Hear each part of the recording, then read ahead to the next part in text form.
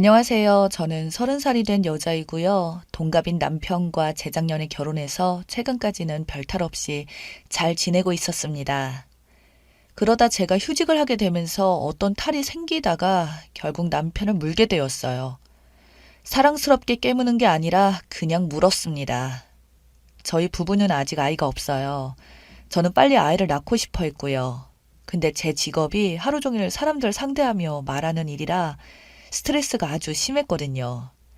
결혼 준비하랴 빚 갚으려고 일도 많이 해서 남편과 심각하게 의논한 끝에 3개월만 좀 쉬기로 했어요. 일하다가 쉬게 되니 남편이 저에게 점점 더 많은 걸 요구하기 시작하더군요. 솔직히 음식이나 이런 건 잘 만들어 먹습니다. 아침 식사도 달라면 다 챙겨줬고요. 그런데 그런 차원이 문제가 아니라 완전히 새로운 일거리를 갖고 왔어요. 그러다가 저에게 물렸고요. 어느 날 갑자기 남편이 개를 데려왔더라고요. 그것도 2마리를 데려왔는데 시댁에서 기르는 개를 저와 말도 없이 데려온 거죠. 저희 시댁에는 개가 있습니다. 강아지라고 써야겠네요. 강아지가 총 3마리 있어요. 엄청나게 예뻐하십니다.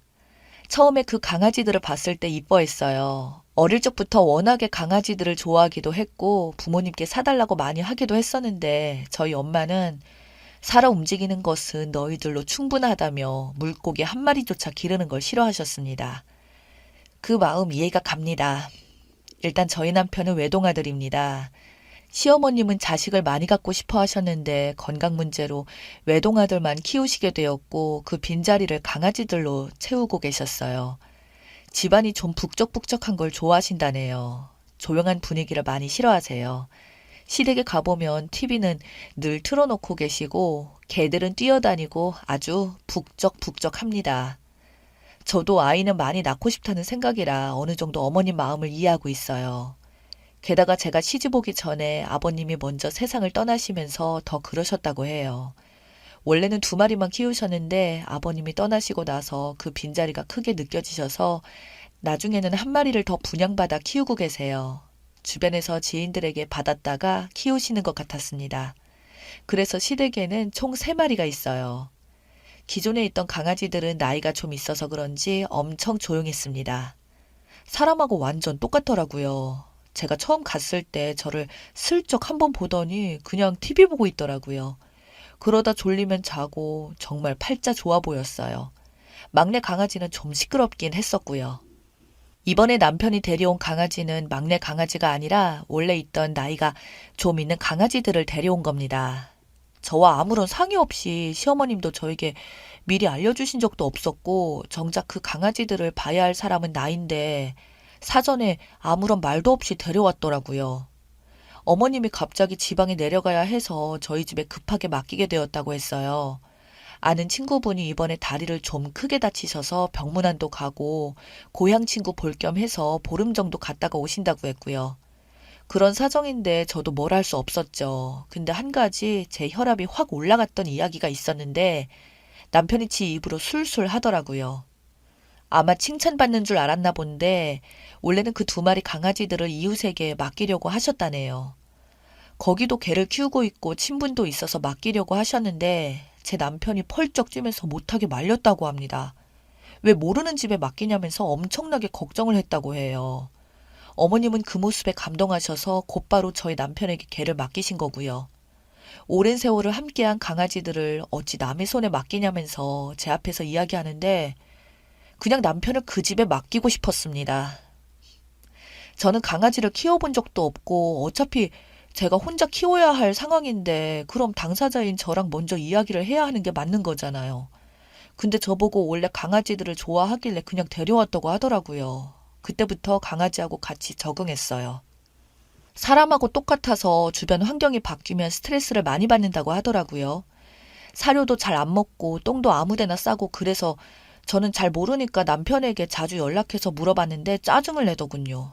처음엔 이렇게 해봐라 저렇게 해봐라 곧잘 알려주더니 어느 순간부터는 저에게 대뜸 그냥 인터넷 같은 데 좀 찾아봐 이러는 겁니다. 자기 바쁘다고 그런 일을 그냥 알아서 해결하라고 하더라고요. 바쁘다는 말도 참 듣기 그랬네요. 그러다 한 번 참았던 게 터졌는데 아침이었거든요. 남편이 출근 준비를 하고 저는 아직 비몽사몽인 상황이었는데 갑자기 거실에서 소리를 지르더라고요. 엄청 궁시렁거리면서 방에 들어가서 씻으러 가는데 알고 보니 출근하다가 오줌을 밟았대요. 그러면서 그 짜증을 저에게 내는 겁니다. 내가 쌌나요? 아주 웃기는 거죠. 그 순간 눈이 번쩍 떠져서 벌떡 일어났어요. 남편한테 확 뒤집었습니다. 더는 못한다고 당장 데려가라고 했습니다. 그때가 데려온 지 10일 정도 되었을 때였고, 그래서 남편도 상황이 심각하다고 느꼈는지 저에게 잘못했다고 싹싹 빌더라고요. 4일만 더 참아달라고 부탁을 하더군요. 그러면서 지금까지 버틴 10일이 아깝지 않냐고 하길래 생각해보니 그 말도 맞더라고요. 그래서 딱 4일만 더 버티기로 했습니다. 긴 시간은 아니지만 며칠 같이 지내보니까 사람들이 왜 강아지를 키우는지 알겠더라고요. 그냥 사람하고 똑같습니다. 먹고 싸는 건 그렇다 치고 제가 낮에 피곤해서 침실에 좀 누워있으려고 하면 거실에서 막 짖어요. 그럼 무슨 일인가 또 나가봅니다. 처음엔 대체 뭘 원하나 싶어서 답답했는데 TV 틀어주니까 조용해지더라고요. 근데 나중에는 TV를 틀어줘도 짖길래 알고 보니 채널을 바꾸라고 짖는 거더라고요. 잘 보고 있다가 광고가 나오면 곧바로 짖어요. 정말 어이가 없었어요. 같이 좀 지내보니 짖는 소리가 다르게 느껴졌는데 원래는 멍멍 이렇게 짖거든요. 근데 나중에는 야야 이렇게 들리더라고요. 그렇게 4일이 더 흘렀고 별 문제 없이 건강하게 잘 데리고 있다가 돌려보냈습니다. 남편 혼자 차에 태워서 갔어요. 저녁 되니 남편이 집에 오더라고요. 오자마자 집이 썰렁하다고 하면서 강아지들이 있다가 없으니 참 적적하다며 정말 되지도 않는 소리로 혼자 중얼중얼 거리더라고요. 화를 낼 기운도 없어서 그냥 무시했는데 그때 차라리 엄청 화를 냈어야 했었나 봐요. 일주일 뒤 남편이 또 강아지들을 데리고 왔습니다. 이번엔 저에게 이야기하긴 했는데 태워서 씻고 오는 도중에 연락해서 나 지금 강아지 데리고 가고 있어 라고 알려줬어요. 그래서 저는 집에 오지 말고 유턴해서 다시 돌아가라고 했고요. 그러자 남편은 집에 거의 다 왔다고 하면서 끊어버렸습니다. 저는 곧바로 주방에서 물 한 잔을 마시며 한번 대대적으로 뒤집을 준비를 하고 있었어요. 이번에 아주 그 버릇을 고쳐야겠다고 생각했습니다. 현관 앞에서 딱 기다리고 있었어요. 현관 비밀번호 누르는 소리가 들려서 저는 문 앞으로 달려나갔습니다. 문이 딱 열리고 소리를 지르려고 하는데 시어머님이 활짝 웃으면서 들어오시더군요. 1초만 늦었으면 큰 실수할 뻔했어요. 저보고 고맙다며 제 손을 잡으셨습니다. 그 뒤로 남편과 강아지들이 들어왔고요. 저는 순간 멍하니 가만히 서 있었습니다. 그렇게 저희 집에 또 강아지 방이 되었습니다. 개들만 들여놓고 남편은 곧바로 어머니 모셔드리고 온다고 나갔고요. 그렇게 강아지 2마리만 놓고 가버렸습니다. 저번에 한 번 있다가 가서 그런지 강아지들도 엄청 여려 보이더라고요. 바닥에 엎드려서 저를 보며 짖기 시작했습니다. 그래서 저는 TV를 틀어줬고요. 그러니 다시 조용해지더라고요. 그렇게 거실에 앉아서 강아지들 채널 돌려주면서 남편을 기다렸어요. 얼마 뒤에 남편이 도착했고 저는 일단 차분하게 무슨 상황이냐고 물어봤습니다. 이번에는 남편이 데리고 왔더군요. 그래서 나랑 상의도 없이 데려온 것도 짜증나는데 그렇게 데려왔으면 직접 강아지들을 챙기라고 나에게 떠넘기지 말라고 했습니다. 그러다 남편이 저보고 당신도 강아지 좋아하지 않냐고 이참에 아예 키우는 건 어떠냐고 그러더군요. 저도 모르게 살아 움직이는 건 당신 하나만으로 충분하다고 말했어요. 우리 엄마랑 완전히 똑같은 얘기를 했더라고요. 그땐 정말 제 남편이 아들 같았습니다. 딱 3일 가더군요. 그때까지는 남편이 와서 산책도 시키고 청소도 하고 다 하더니 딱 3일 되니까 피곤하다고 오자마자 드러눕고 예전과 다를 게 하나도 없었습니다. 그래서 제가 이럴 거면 그냥 다시 돌려보내라고 나는 절대 못한다고 소리를 질러버렸고요. 그때 남편이 엄청 어이없는 말을 저에게 하더라고요. 가족처럼 생각하라네요. 자기가 외동으로 자라면서 강아지들과 가족처럼 지냈다고 저보고 신우나 아주버니처럼 생각하면 안 되겠냐고 시댁 식구라고 생각해달라더군요. 하다 별 되지 않는 소리를 그것도 엄청 진지하게 하는데 시댁 식구라고 여기며 정성껏 보살펴달라는 소리로 들렸어요. 남편이 저렇게 가족 이야기까지 하면서 말도 안 되는 소리를 하길래 저도 똑같이 말도 안 되는 짓을 하기로 결심했죠. 다음날 남편이 퇴근해서 들어오더라고요. 강아지들은 쳐다도 안 보고 피곤하다면서 방으로 들어가 버리더군요. 저는 거실에 앉아 강아지들과 대화를 하기 시작했어요. 개처럼 짖기 시작했습니다. 방에 있는 남편이 깜짝 놀라 뛰어나오더니 저보고 지금 뭐 하는 거냐고 물어보더라고요. 그래서 제가 가족회의 중이라고 했어요. 지금 신우들하고 이야기하고 있으니까 상관 말라고 방에 들어가 있으라고 했어요. 그러자 남편은 제 앞에서 막 웃으면서 알겠다고 회의 잘하라며 들어가 버리더군요. 그 뒤로 남편에게 문자가 오면 멍멍이라고 딱 두 글자만 써서 보냈고요. 그때까지도 남편은 웃으면서 아주 즐겁게 받아주더라고요. 제가 장난치는 줄 알았는지 상황의 심각성을 전혀 못 느끼는 것 같았어요. 그래서 언제까지 그러는지 두고 봤습니다. 주말이었어요. 남편은 늘어지게 푹 자더니 일어나자마자 배고프다고 하더군요. 그래서 딱 1분 만에 밥을 차려줬습니다. 밥그릇에는 사료를 담았고요. 국그릇에는 물을 담아왔어요. 그리고 밥 먹자 하면서 불렀어요. 남편은 식탁을 보자마자 이게 뭐냐며 저에게 짜증을 부리더라고요. 어제 야근해서 힘든데 왜 먹는 걸로 장난치냐고 하길래 그래서 제가 신우들은 좋아하던데? 신우들 나이가 사람으로 치면 50살이 넘던데 어른들 입맛에 맞춰서 차려야지. 그래서 남편은 저에게 고개를 절레절레 흔들며 라면이나 끓여 먹겠다고 주방으로 갔어요. 근데 제가 이미 싹 다 치워버린 상태라 아무것도 없이 텅텅 비어 있었습니다.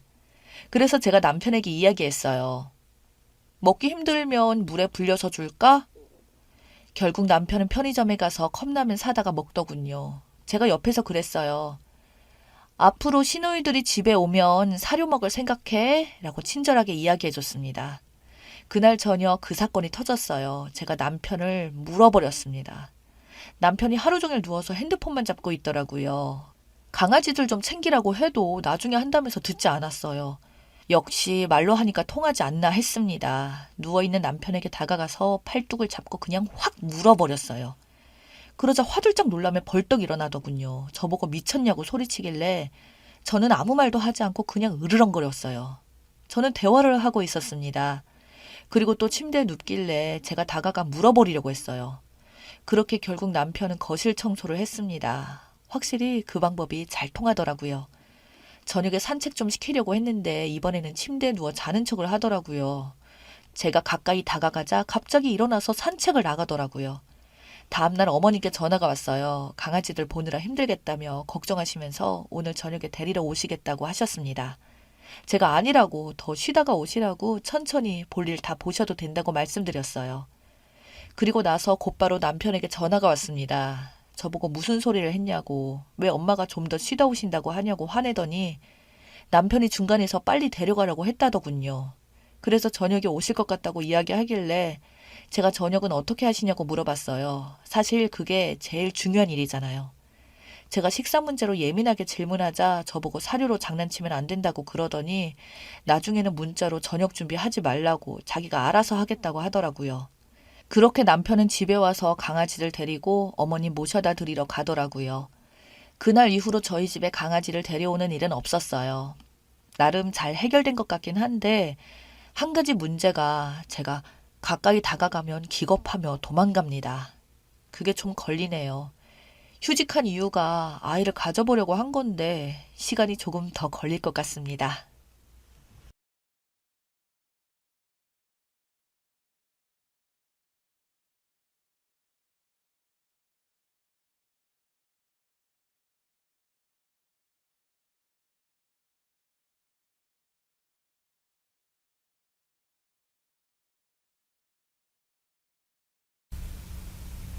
안녕하세요. 저는 31살이고 3년간 연애를 한 남자친구가 있습니다. 아니, 있었습니다. 남자친구는 35살 대기업에 다니고 저는 직장 생활을 하다가 조금 더 안정적인 결혼 생활을 위해 현재 자격증 시험 준비를 하고 있어요. 물론 남자친구도 뒷바라지를 해준다고 했고 시험 통과 후 결혼하기로 약속한 사이입니다. 공부를 시작할 즈음에 남친 회사 감사 기간이 얼마 남지 않은 시점이어서 그동안에 연락 많이 못할 것 같으니 감사 끝나고 자기가 연락을 하겠다고 그렇게 얘기를 했었죠. 그래도 한 달에 한두 번씩 꾸준히 만나고 전화도 종종 하면서 여느 커플과는 다를 것 없이 지냈는데 어느 날 갑자기 연락이 안 오더니 제 번호를 차단했더라고요.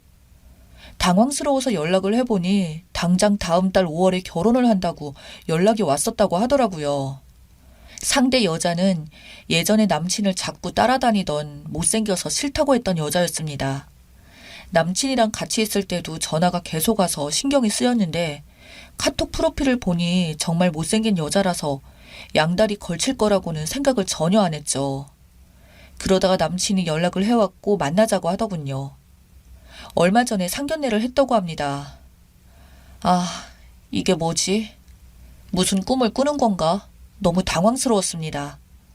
마지막에 만난 며칠 전도 서로 미친 듯이 사랑을 나누고 헤어졌는데 얼마 전에도 카톡에서 사랑한다고 했던 사람이 몇 달 뒤에 결혼한다고 하길래 너무 놀라서 아무 말도 나오지 않았습니다.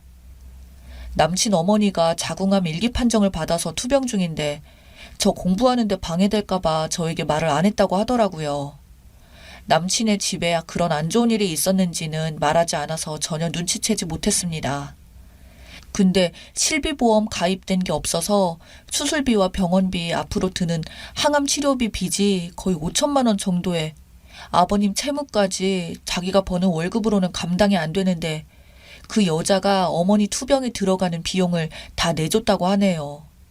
자기 엄마가 암으로 스트레스를 너무 많이 받아서 시설 좋은 요양병원에 가고 싶다고 하시는데 거기가 매달 1,000만 원씩 나가니 그 비용을 다 내겠다고 했대요. 여자 쪽 집이 부자라서 여자가 너무 원해서 결혼하면 다 해준다고 했다네요. 그래서 엄마를 살리려면 결혼을 해야 한대요. 그래야 자기 엄마가 산대요. 나와 한마디 상의도 없이 왜 그랬냐고 하니까 너가 돈 해줄 수 있어? 하네요. 그 여자랑 사귄 지 3주 만에 초고속으로 결혼하기로 하고 그 여자네 건물에 있는 예식장에서 결혼하기로 하고 혼인신고부터 하자고 해서 식장 예약하고 바로 혼인신고까지 마쳤대요. 법적으로 다 마치고 나서 상견례는 나중에 하고 저한테 연락을 한 거였죠. 3일 만에 정말 순식간에 결혼식만 남기고 모든 게 끝난 거죠. 그러면서 저한테는 자기야 여보야 하면서 사랑하는 건 너뿐이야. 그 여자랑 결혼해도 불행할 거야. 성형해서 지금은 많이 나아졌지만 아기 나오면 엄마 닮아서 못생길 게 뻔하다고. 생각하기도 싫다고. 이런 상황이 모든 게 너무 싫고 자기도 무슨 일이 어떻게 된 건진 모르겠다고. 갑자기 돈에 팔려가게 되었어 라며 울면서 말하니까 저는 무슨 말을 해야 할지 정신을 못 차리겠더라고요. 뭐라도 해주고 싶고 결혼을 말리고 싶은데 제가 해줄 수 있는 게 아무것도 없었어요.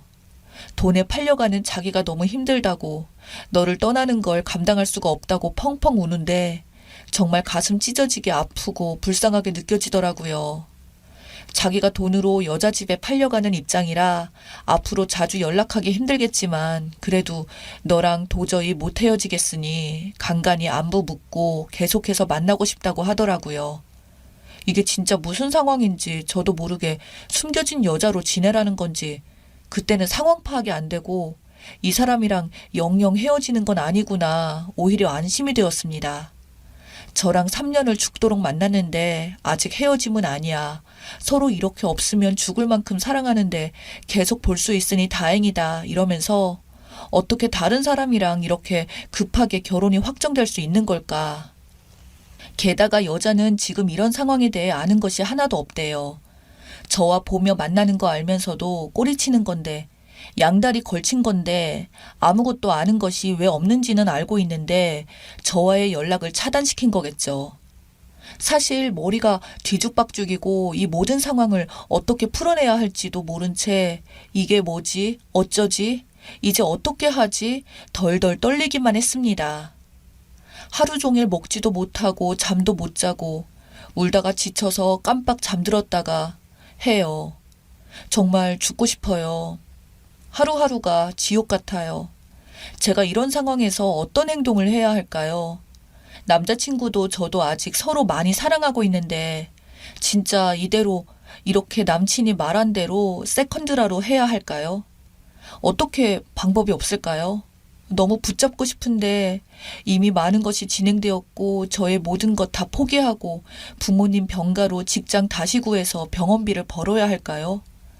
남자친구가 너무 힘들어서 홧김에 내린 결정일 거예요.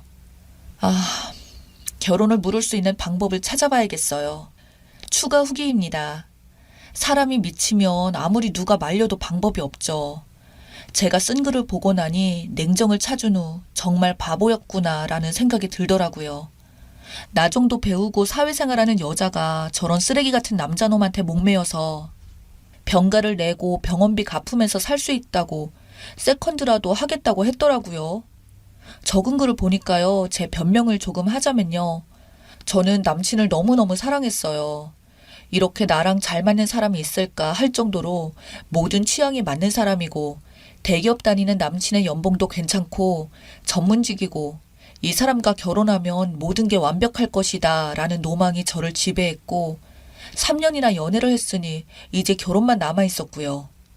결혼할 거라고 믿어 의심하지 않았던 사람이 돈에 팔려 원하지 않은 결혼을 한다는 사실에 제가 아무것도 판단 못하고 있었던 것 같습니다. 이틀 동안 아무것도 못 먹고 잠도 못 자고 울기만 해서 정신 상태가 혼미한 상태인데 갑자기 너무 배고파서 쓰러질 것 같은 거예요. 마침 찬밥이 남아서 이것저것 넣고 고추장 넣고 비벼서 허겁지겁 허기를 때웠는데 갑자기 현타가 오는 겁니다. 이 상황에 배가 고파서 밥 먹는 것도 웃기고 남친과 이렇게 되어서 죽을 것 같아도 죽지는 않는구나. 먼저 배고파 굶어 죽겠구나 싶어서 밥을 먹는 내 꼴이라니. 근데요, 그때 정신이 번쩍 들면서 이건 완전히 사기인데? 이놈의 자식이 양다리인데 그 이상도 그 이하도 아니고 나는 갑자기 버려진 건데 하고 정신이 번쩍 들더군요. 네, 맞아요. 전 양다리인데 그 여자한테 진 거예요. 그래서 남자친구한테 버려진 거예요. 이별에도 예의가 있는데 거기다 뒤통수까지 맞은 거죠. 자궁암 1기 수술비 5천만 원. 이게 날 호구로 봤구나. 그리고 자궁암 1기였고 우리나라 의료보험에서 암 환자는 자기 부담금 10%인가 5%인가 밖에 안 되거든요. 그리고 결정적으로 초기에 발견해서 다행인 거지 저렇게 호들갑 떨만한 상황이 아닌 거죠. 이거 알아보려고 여기저기 전화도 해보고 뭐 하여튼 실비보험도 없이도 그렇게 부담되는 금액이 아니라는 거죠. 그리고 뭐 요양병원 아무나 가나요? 항암치료 받을 때만 입원하고 그 외에는 통원치료 하더라고요. 요양병원 1,000만 원 나온다고? 하, 그게 대체 어딘데. 야, 이놈아, 네가 뻥을 쳐도 내가 그걸 잊고 있었다니. 그러네, 저놈이 나한테 저렇게 뻥을 치고 연락하고 지내자고 했구나. 결혼하는 여자는 무슨 죄냐고요.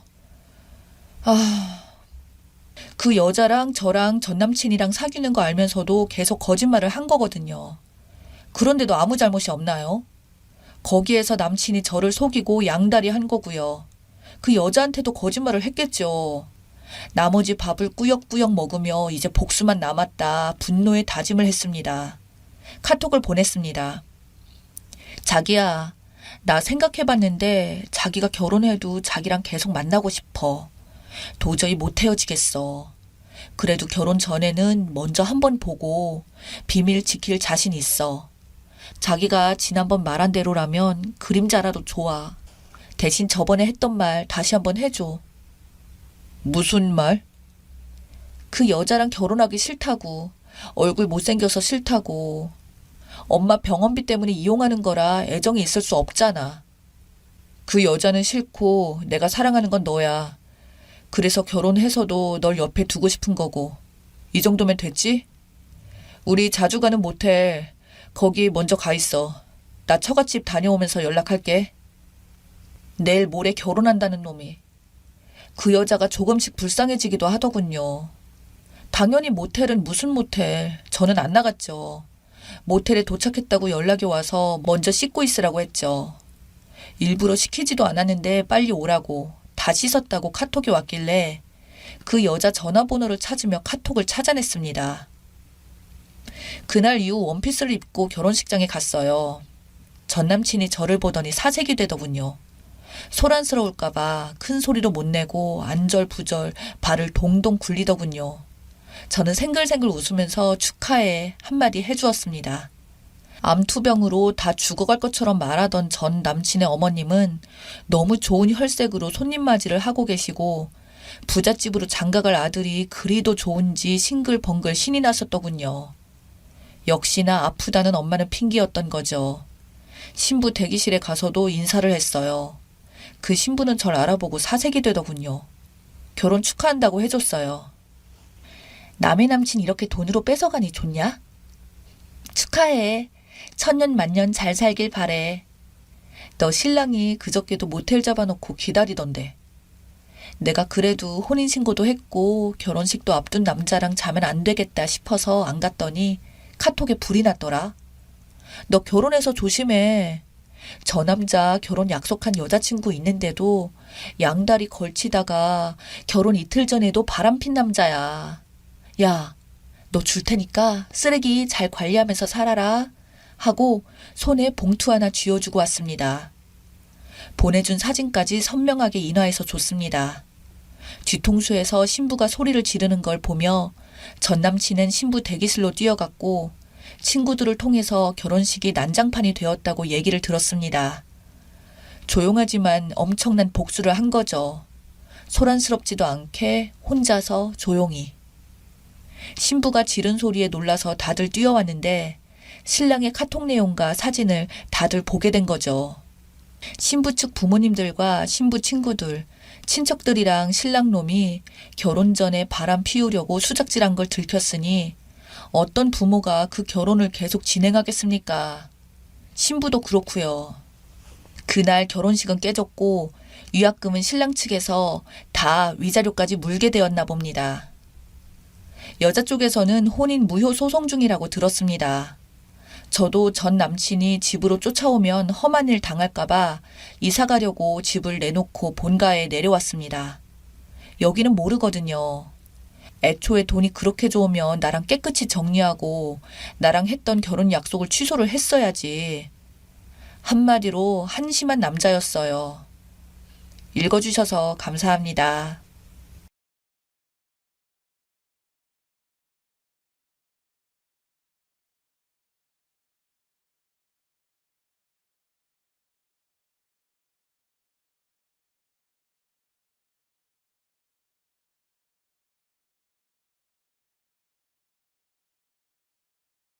이제 결혼한 지 3개월 된 30대 초반 여자입니다. 3개월 정도면 한창 신혼에 시댁하고도 서로 조심해야 할 관계인데 돌이킬 수 없는 일이 일어났습니다. 제가 시어머니 앞에서 맞는 말을 하다가 뺨을 맞았습니다. 진짜 너무 황당하고 화가 나는데 시댁 가서 한판 하기 전에 속풀이 겸 글을 올립니다. 글 올리면서 저도 시댁 가서 할 말 좀 하고 조언도 듣고 싶어서요. 우선 제 소개부터 할게요. 남편이랑은 3년 연애하고 결혼하게 되었습니다. 물론 사랑해서 만났지만 연애 초반 때부터 경제력이 없는 남친 뒷바라지하며 살았습니다. 저는 어린 시절 유복하게 자라서 어려움도 잘 모르고 자랐고 지금도 친정이 넉넉한 편입니다. 그리고 저도 프리랜서로 일을 빨리 시작했기에 금전적인 부분에서는 부담이 별로 없이 살아왔습니다. 그래서 이 남자를 만날 때에도 내가 좋으면 그만이다 하고 재력이나 여타 다른 조건들에 대해서는 별 생각이 없었죠. 돈이야 잘 버는 사람이 더 쓰면 되지 하고 쿨하게 생각했습니다.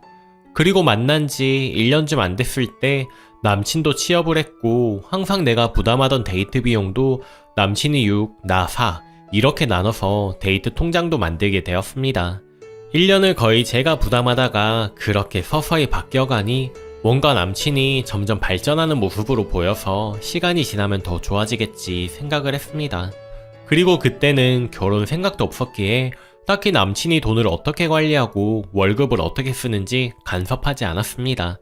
어쨌건 그건 남친 돈이었으니까요. 하지만 막상 결혼 얘기가 오가자 남편이 시댁 빚 갚느라 모아둔 돈이 없다는 걸 알게 되었고 남친이 자기는 아직 준비가 안 된 것 같다며 결혼을 미루자고 하더군요. 주변에서도 결혼할 사람이면 빨리 결혼하는 것이 돈을 모으는 거다라고 이야기도 하고 제가 남편을 설득하게 되었습니다. 결혼하고 모아도 된다고 결혼해서 서로 돕고 사는 게 부부 아니냐며 설득을 하였죠.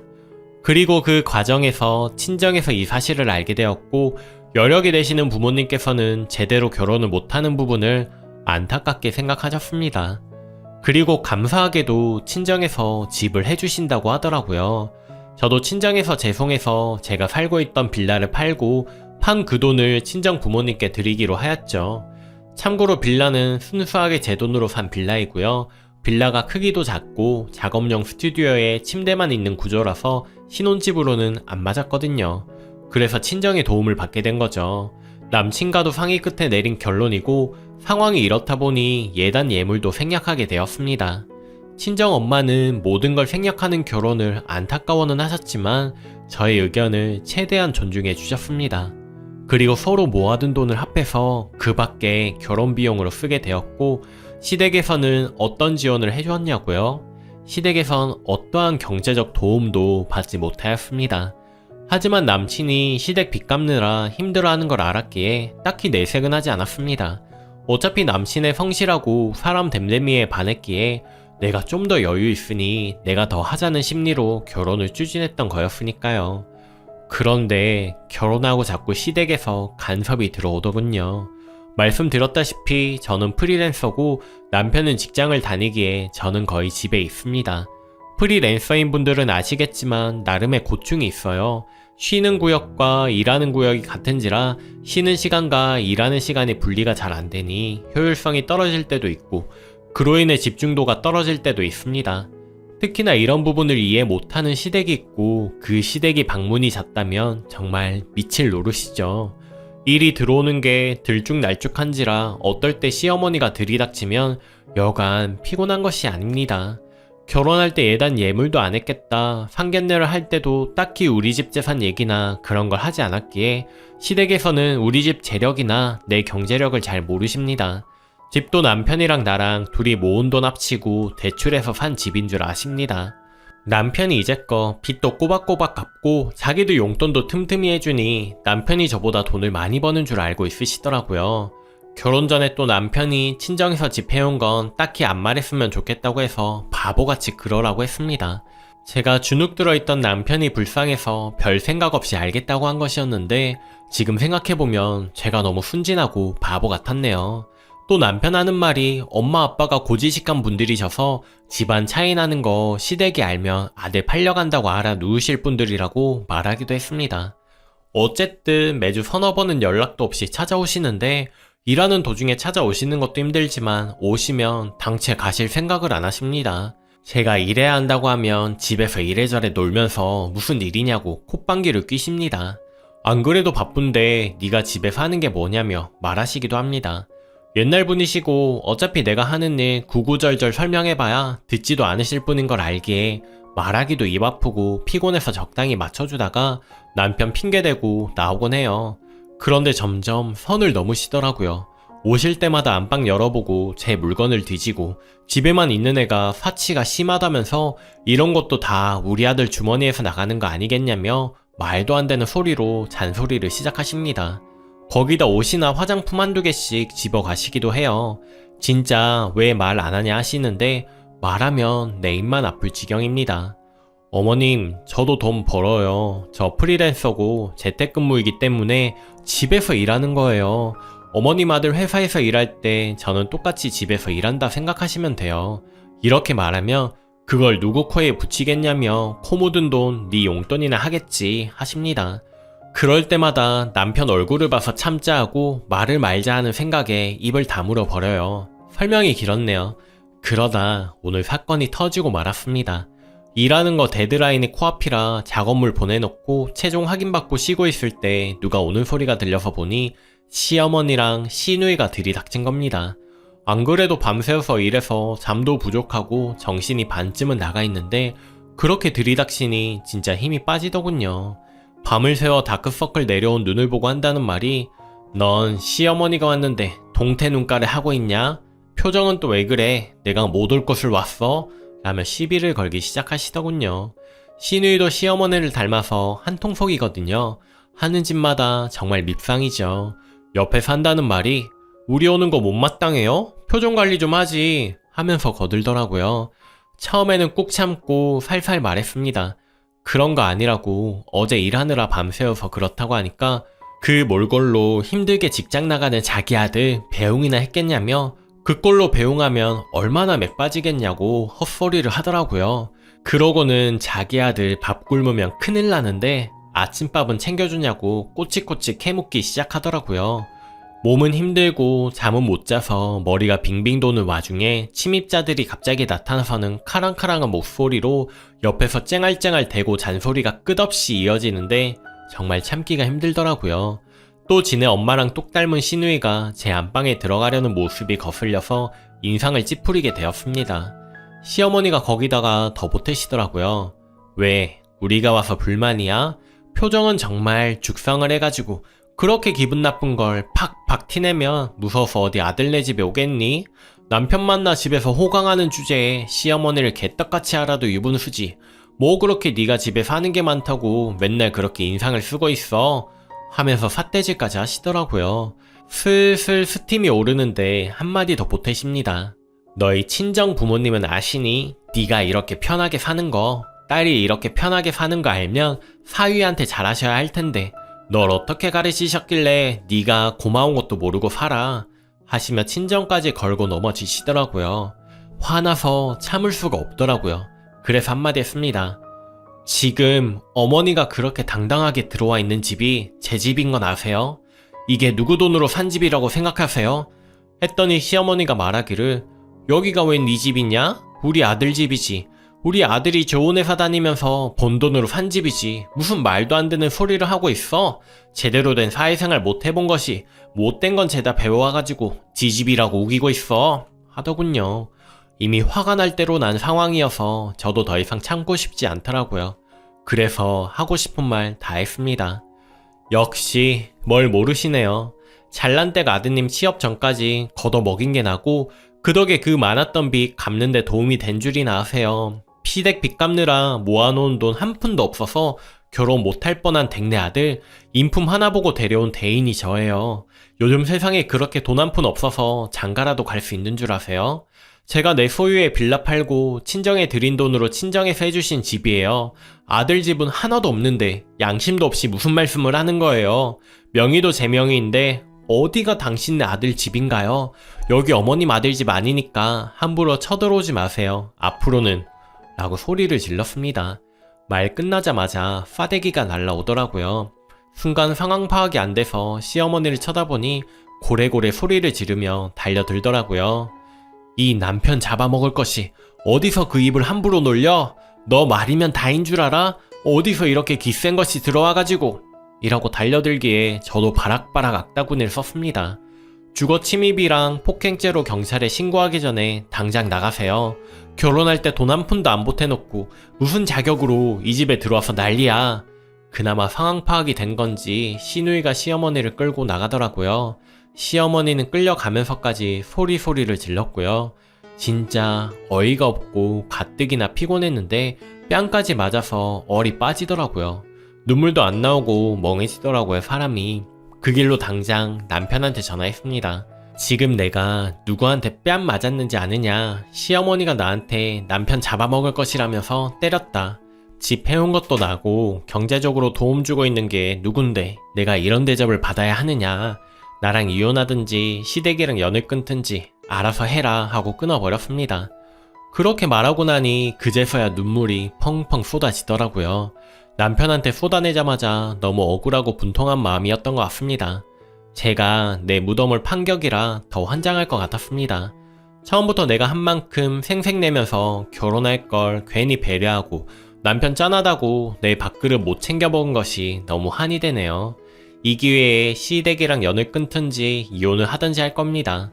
시댁을 찾아가서 남편 월급 통장이랑 내 통장, 집 문서 보여주면서 누가 누구한테 장가왔는지 톡톡히 보여줄 겁니다. 정말 저도 악에 바치네요. 누구 돈으로 생활하기에 남편 월급의 90%를 시댁에 투자하는지 알게 할 겁니다. 어차피 그 집에 돈 버는 거 시아버님 뿐인데 빚 갚고 생활 어떻게 하실지 참 궁금하다고 쏟아내고 올 작정입니다. 그나마 여기 털어놓으니 속이 후련하네요. 말하면 내 얼굴에 침 뱉는 격이라 친구한테도 털어놓지 못했습니다. 남편 전화, 카톡 다 무시하면서 일단 집에 올 때까지 기다리고 있습니다. 남편 오자마자 시댁에 갈 작정이고요. 생각 있는 남자라면 제 안에 뺨 부은 거 보고 어떻게 해야 할지 감 잡겠죠? 긴 글 읽어주셔서 감사합니다. 후기. 글 기다리시는 분 많았는데 속 시끄러워 한동안 이곳에 들어오지도 않았습니다. 제 마음이 좀 정리되어서 이렇게 글을 씁니다. 일단 그날부터 사건을 설명하자면 남편이 오자마자 제 뺨을 보고 정말 깜짝 놀라더라고요. 약국이라도 가서 약이라도 바르자는 걸 당장 옷을 챙겨 입으라고 하고 시댁으로 향했습니다. 가는 내내 진정하라고 하는 남편조차 밉더군요. 그리고 시댁으로 들어가서 이야기 좀 하시죠 하면서 고래고래 소리를 질렀죠. 시어머니는 독한 것이라고 어딜 또 찾아왔냐고 하는 걸 남편 앉혀놓고 말했습니다. 우리 집 친정 도움받고 내가 모은 돈으로 산 빌라 덕분이라는 거 시어머니 모르시나 봐. 명의도 내 명의라는 거 당연히 모르시고. 근데 어머님, 아무리 모르신다고 해도 아들이 그동안 빚 갚고 용돈 드린다고 돈 하나도 못 모았을 거라는 것은 예측이 되시지 않아요? 어머님은 경제관념 그런 거 안 배우셨나 봐요.